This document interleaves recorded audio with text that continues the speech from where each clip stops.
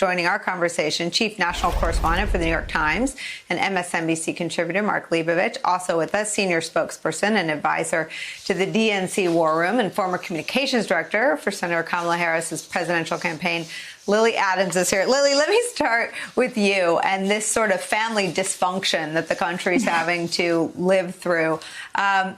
What's striking to me isn't that there are family members with bad things to say, is that there aren't any with good things to say other than the ones with basically paid positions on the reelect or at the White House. Well, I think you're right. Look, there's nobody on this earth, in this country, that Donald Trump won't rip off. Certainly millions of American families know that. They've experienced 4 years of that. But I think you're also seeing, there's a pretty broad coalition that includes family members of the president, that includes national security experts that came out today who are supporting Joe Biden and don't believe that Donald Trump has the temperament to be president. Mark, speaking of coalitions, I want to turn to one that Cindy McCain, the widow of John McCain, joined. She's calling it the Coalition of the Decent. And she tweeted, quote, "My husband John lived by a code, country first. We're Republicans, yes, but Americans foremost. There's only one candidate in this race who stands up for our values as a nation, and that is Joe Biden."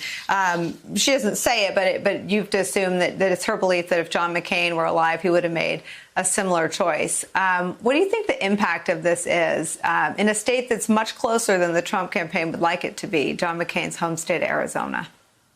Well, as far as Arizona, as far as Cindy McCain as a political vote getter goes, in Arizona, that's the one place where it really could move the needle. Obviously, John McCain still very popular in Arizona, especially among independents and maybe moderate Republicans. So that's a powerful endorsement in the state that Joe Biden has been running somewhat ahead in, and it's a key swing state. So that's important. But I also think it's part of a larger permission structure that the Biden campaign has been pushing quite a bit, which is for moderate Republicans, mainstream Republicans, many military, people to actually cross over to the Democrats when they might normally be inclined to vote Republican, which I think is going to be, if Joe Biden is able to win by the margin he thinks he can, that will be a very important part of that coalition, and it's one they've been working very hard to codify.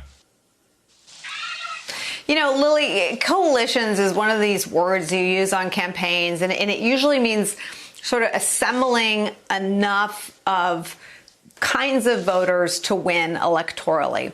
And one of the arguments that Joe Biden made very effectively at his convention was that he was a good person. Now, against someone normal, I'm not sure that would have worked, but here's a picture of the flag not at half-staff at the president's resort, Mar-a-Lago. Flags are at half-staff all over America because of the passing of Justice Ruth Bader Ginsburg. But this is very in line with Donald Trump, who doesn't really care that the country lost a giant. Not the liberal cause, not the feminist movement, not women, but the country has lost something in the passing of Ruth Bader Ginsburg. And in Donald Trump going off after her granddaughter, accusing her of lying about her grandmother's dying wish, he seems to erode any ground he's trying to make based on his constant tweeting at suburban women. What do you make of the fact that this is a guy who cannot act decent even for the purpose of the closing 40 days of the presidential campaign?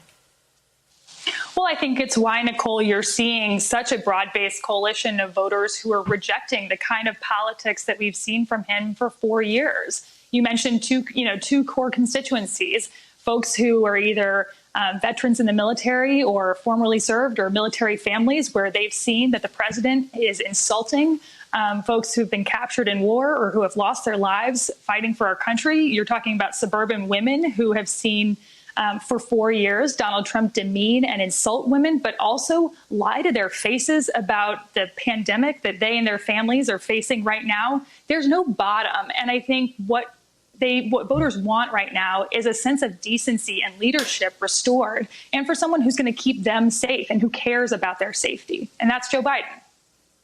Hey there, I'm Chris Hayes from MSNBC. Thanks for watching MSNBC on YouTube. If you want to keep up to date with the videos we're putting out, you can click subscribe just below me, or click over on this list to see lots of other great videos.